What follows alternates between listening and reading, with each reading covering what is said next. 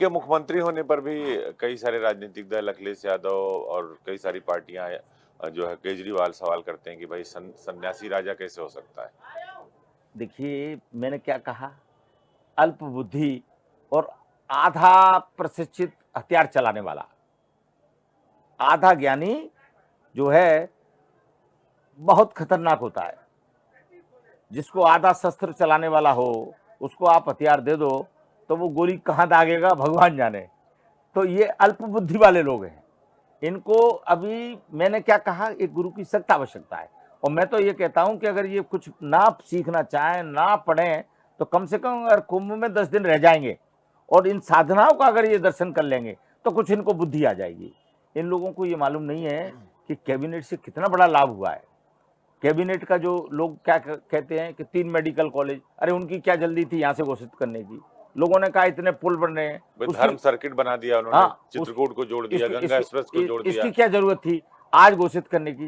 भाई आज घोषित किया है अजीत जी, तो मैं आपसे ही पूछता हूं कि तत्कालिक लाभ उनको कौन सा हो गया इस बात से? हाँ बिल्कुल।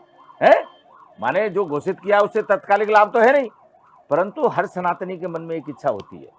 और स्थान की पवित्रता होती है और वहां से बड़ी घोषणाएं होती है जो दीर्घ काल तक याद रखते हैं अजीत लोग। जी, लाल किले से प्रधानमंत्री देश के लिए बहुत सारी घोषणाएं क्यों करते हैं? क्यों करते हैं? स्मृतियां बनी रहे। स्मृतियां बनी रहे, तो वो तो स्मृतियों के लिए है, पर ये तो अंतःकरण शुद्ध के लिए है। और जिन चीजों की घोषणाएं हुई हैं उनको मां गंगा का जो आशीर्वाद मिलेगा, जो साधु संतों का आशीर्वाद मिलेगा, तो निश्चित वो घोषणाएं बहुत जल्दी पूरी होंगी। ये तो एक बात हो गई, पर लोगों को ये नहीं मालूम कि ये कैबिनेट कितनी जरूरी थी।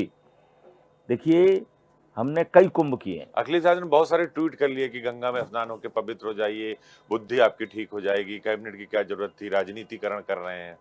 देखिए, उनको मालूम ही नहीं है। मैंने क्या कहा, अल्प बुद्धि वाला बालक जो है वो परीक्षा कैसे दे पाएगा? उनको ज्ञान नहीं है इस बात का। एक्चुअल क्या है, वो एम बाई समीकरण में है ना। अल्प बुद्धि। आपने बता ही दिया, विधर्मी। भाई एम के संग बाई हो गया आप। मुझे तो ये आज एक अच्छा शब्द मिल गया कि बाई भी माने यादव। यस। तो यादव भी मुसलमानों के भाई हैं, ये मुझे आज मालूम पड़ा है। तो मुझे लगता है कि इस कारण उनकी बुद्धि में थोड़ा ज्ञान कम है। और इस कैबिनेट का सबसे बड़ा मैं लाभ आपको बताना चाहता हूं, जो हमारे पूरे देश की जनता जाने कि इस कैबिनेट का सबसे बड़ा कारण क्या था।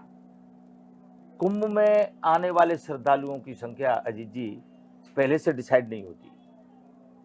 किस अखाड़े में कितने साधु आ जाएंगे, कितने भगत आ जाएंगे, कितने खालसा आ जाएंगे, कितनी महिलाएं आ जाएंगी, कितनों को हमको नागा बनाना है, कितनों को हमको दीक्षा देना है, ये कुछ माने मालूम नहीं रहता। और हर दिन हमारे पास भीड़ बढ़ती है। और इस कुंभ की एक विशेषता रही है अजीत जी कि कभी कोई ये प्रिडिक्ट नहीं कर सकता कि आज कितने लोग आ जाएंगे। ये मैं पिछले 5-7 कुंभों से इसको एनालिसिस कर रहा हूं। तो मुख्यमंत्री जी ने इस बात की चिंता ली कि इतने लोग आ रहे हैं, उनके लिए शौचालय कहां?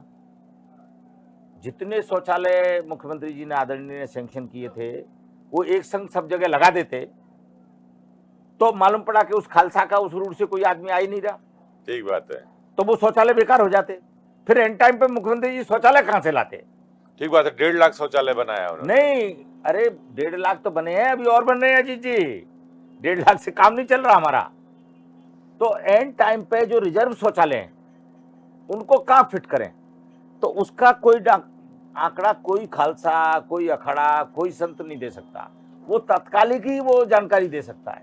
तो कल की कैबिनेट से पहले हम सब लोगों से जानकारी ली गई थी, खासतौर में सतत संपर्क में रहा, तो ये जानकारी ली गई थी कि महाराज जी कौन सी दिशा से हमको मूवमेंट हाई करना है, कौन सी दिशा से हमको मूवमेंट लो करना है, कितने शौचालय हमको किस साइड लगाने हैं, कितनी खाद्यान्न की व्यवस्था हमको किस साइड करनी है।